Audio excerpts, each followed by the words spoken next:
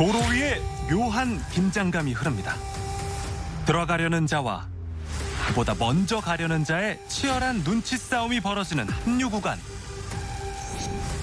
어느 한쪽이 조급하게 마음먹는 순간 사고는 반드시 벌어집니다. 어떻게 피할 수 있는 방법이 없는 거예요. 속도도 속도지만은. 네, 그거는 이제 싸움을 하자는 거죠. 합류 구간에서 긴장을 늦춰선 안 되는 이유. 집중 취재했습니다. 3개월 전 장근숙 씨는 이곳 한강다리 위에서 아찔한 경험을 했습니다. 빠르게 뛰는 심장은 여전히 그날을 기억하는데요. 3개월만 오니까 좀 떨리네요. 만약 이 가드레일이 없었거나 또는 차량이 뭐 큰 트럭이었으면 저는 이쪽 밀려갖고 한강에 떨어져 있지 않았을까. 사고 당일의 블랙박스입니다. 큰 길에 막 합류하려던 때 누군가 뒤를 들이받은 겁니다. 사건의 전말은 뒤따라오던 차의 블랙박스에 담겼는데요. 앞쪽에 보이는 SUV가 장근숙 씨의 차량입니다. 큰 길로 합류하던 순간 빠르게 직진하던 차와 충돌해버렸습니다. 당연히 들어가기 전에 당연히 뒤에를 봤고 분명히 없다라고 판단하고 진입했는데 거의 다 진입한 상태에서 백미러를 보는 순간에 뒤에서 한순간으로 쾅이었죠. 진입하는 순간에는 상대 차를 보지 못했다는 장근숙 씨. 후방 블랙박스를 통해서 그 이유를 알 수 있었습니다. 장근숙 씨가 큰 차로로 막 진입하던 때 3차로에는 차가 없었는데요. 시선을 앞으로 돌린 그 짧은 순간에 차로를 변경한 차가 있었던 거죠. 장근숙 씨는 빠른 속도로 달려온 상대 운전자를 이해하기 어려웠다는데요. 직진차가 주행하던 본선 차로에는 이렇게 우합류 도로를 주의하라는 표시도 있었습니다. 하지만 사고 후 보험사는 장근숙 씨에게 의외의 이야기를 건넸다는데요. 보험회사에서 일차적으로 네가 잘못한 것 같다. 전 들어갈 때 3차선만 보고 들어갔다. 1, 2차선은 염두에 안 두고 들어갔다. 갑자기 차선 변경하에 들어온 차, 상당한 속도, 받쳤는데도 불구하고 제가 가해 차량이라고 하니까 억울한 거죠. 이 구간에서는 본인이 진입하려는 차로 외에도 모든 차로를 확인해야 된다는 겁니다. 보험사가 제시한 사고 과실 비율은 6대4. 장근숙 씨의 과실이 더 컸죠. 자, 합류 구간에서 사고가 났을 때 진입 차량이 더 큰 책임을 질 수밖에 없는 걸까요? 기본적으로 합류 사고의 경우에는 합류차가 직진차의 통행을 방해하지 말아야 할 의무가 전제됩니다. 따라서 합류 사고에서는 합류차의 과실 비율이 더 높게 책정되는 것이 일반적입니다. 그렇지만 구체적인 상황에 따라서 예를 들어 표지판이 있어서 사고 방지 의무를 다하여야 한다는 사정이 더 부과된다면 이때는 과실 비율 조정에 따라서 직진차의 과실 비율이 더 높아질 수 있습니다. 이에 따라서 합류차와 직진차의 과실 비율은 적어도 5대5 내지는 4대6으로서 직진차의 과실 비율을 같거나 더 높게 보아야 합당한 사건으로 보입니다. 합류 구간에선 기본적으로 합류하는 차가 직진하는 차의 통행을 방해하지 않도록 주의를 기울여야 하지만 직진하는 차 또한 방심해서는 안 됩니다. 과실 비율을 떠나 본인의 행동이 큰 사고로 이어질 수 있음을 인지해야겠죠?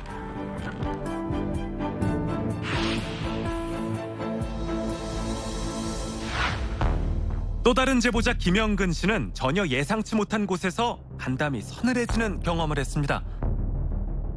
블랙박스 보고 이렇게 사고가 났구나. 나중에 이제 정신을 좀 차리고서가 더 무서웠어요. 이렇게 죽을 수도 있구나, 사람이. 죽음의 공포를 느꼈던 그날, 김영근 씨는 고속도로 1차로를 주행 중이었습니다. 그런데 그때 예상치 못한 사고가 일어났습니다. 정신을 좀 차리니까 벨트에 묶여서 매달려 있는 상태였고 좀 뿌연 상태에서 어떤 분이 이제 뒤에 문을 열고 들어오시더라고요. 그분이 부축해서 밖으로 나갔어요. 어지럽고 일단 구토가 많이 나오더라고요. 차가 뒤집힐 만큼 상당했던 충격. 김영근 씨는 뇌진탕으로 석 달가량 치료를 받아야 했습니다. 사고를 낸 승용차 운전자가 원망스러울 법도 한데요. 그런데 이 아저씨도 억울하지. 이 아저씨들이 피하려다가 나한테 온 거다. 사람이 들어올 거라고는 상상도 못할 거다. 자, 사고가 일어나기 직전 상대 승용차의 오른편엔 한 대의 차가 있습니다. 톨게이트로 향하는 진출로를 주행 중이었죠. 자, 그런데 빠져나가기 직전 갑자기 방향을 틉니다.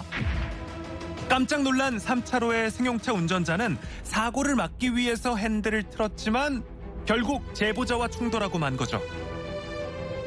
그분 말이 그랬어요. 직진으로 가야 되는 방향인데 그분이 잘못 들어갔다고 하더라고요. 생각하면 이러겠죠. 하나죠. 나갔다가 다시 돌아오면 되죠. 그거 얼마나 걸린다고.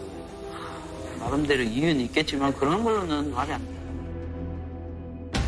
결국 사고 유발 차량이 모든 책임을 지며 사건은 종결됐지만 피해자들에겐 씻을 수 없는 트라우마를 남겼습니다.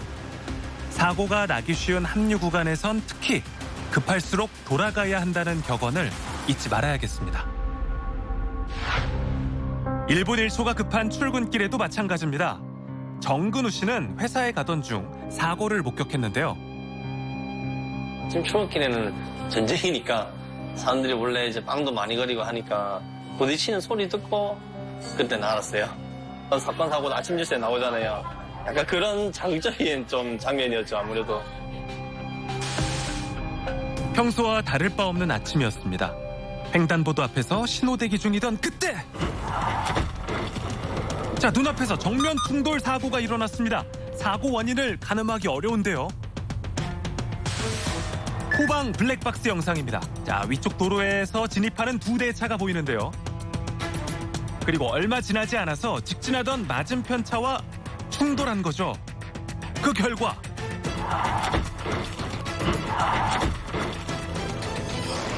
차가 전복되고 말았습니다.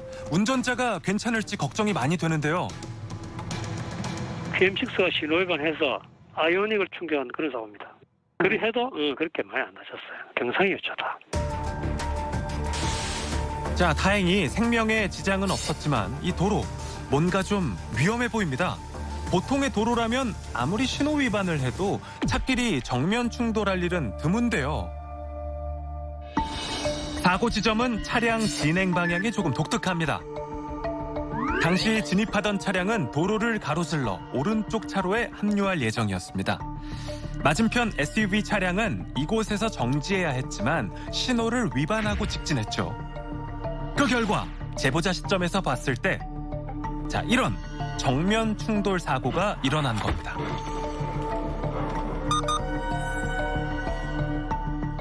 운전자를 혼란스럽게 하는 이 도로, 어쩌다가 이렇게 만들어진 걸까요?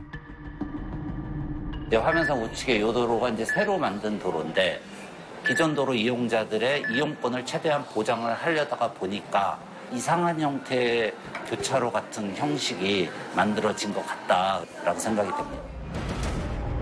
얽히고 설킨 왕복 6차로를 통제하려다 보니 신호체계도 복잡합니다.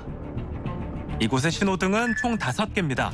합류 구간에 초록불이 켜지면 맞은편 차로에도 초록불이 켜집니다.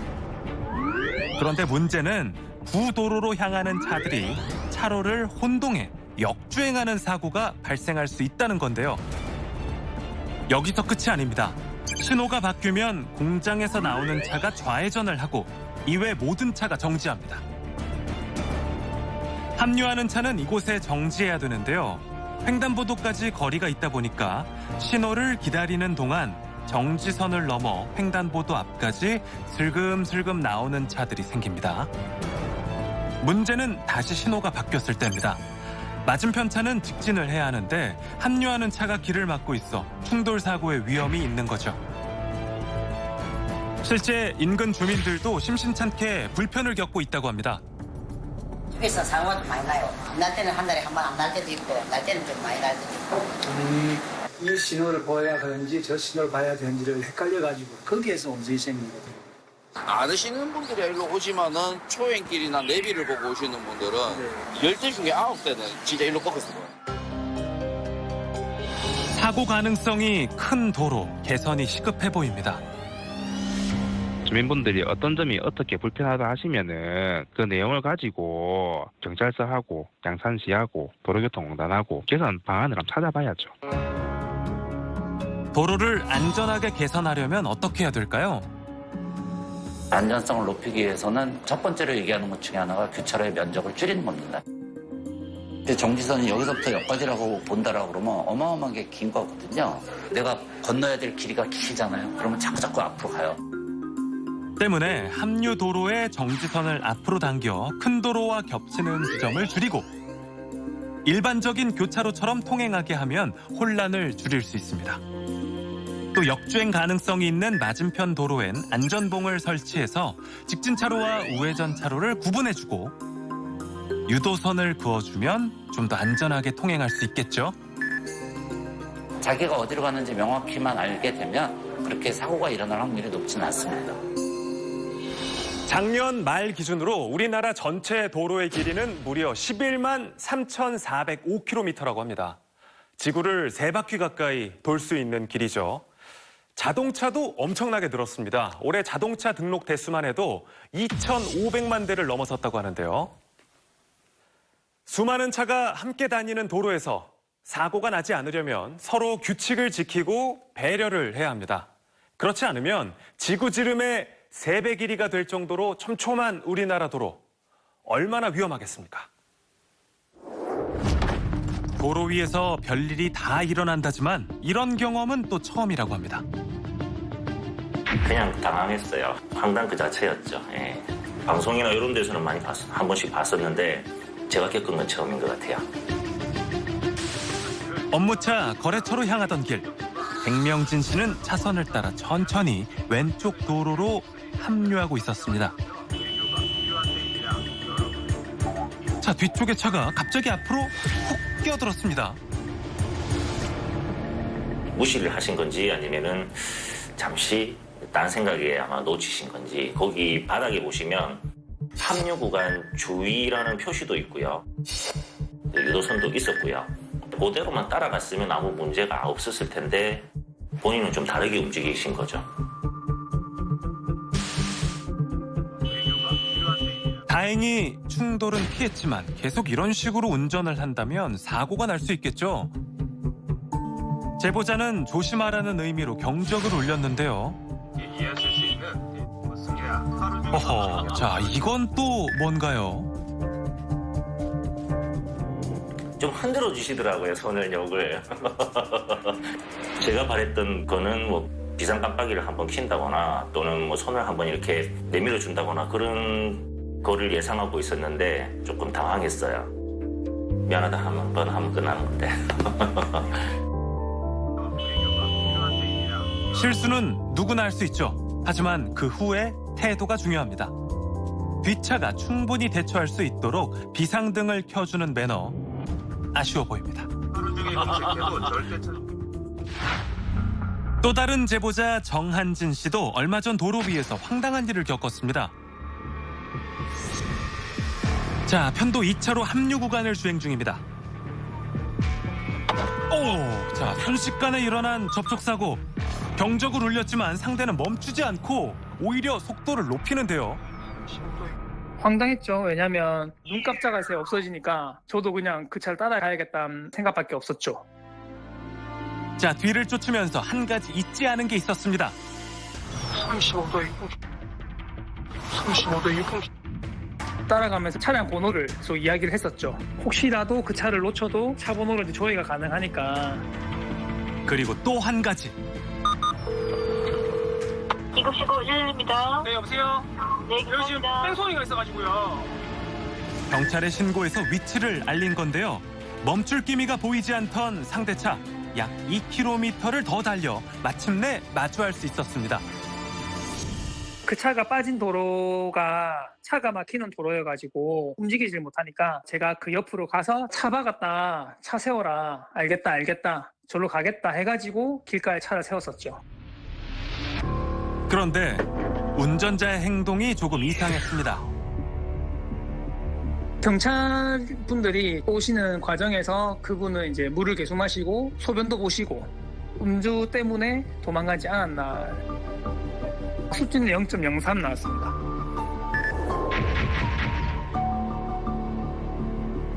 불행인지 다행인지 합류 구간에서 접촉사고가 난 덕에 음주운전을 적발할 수 있었습니다.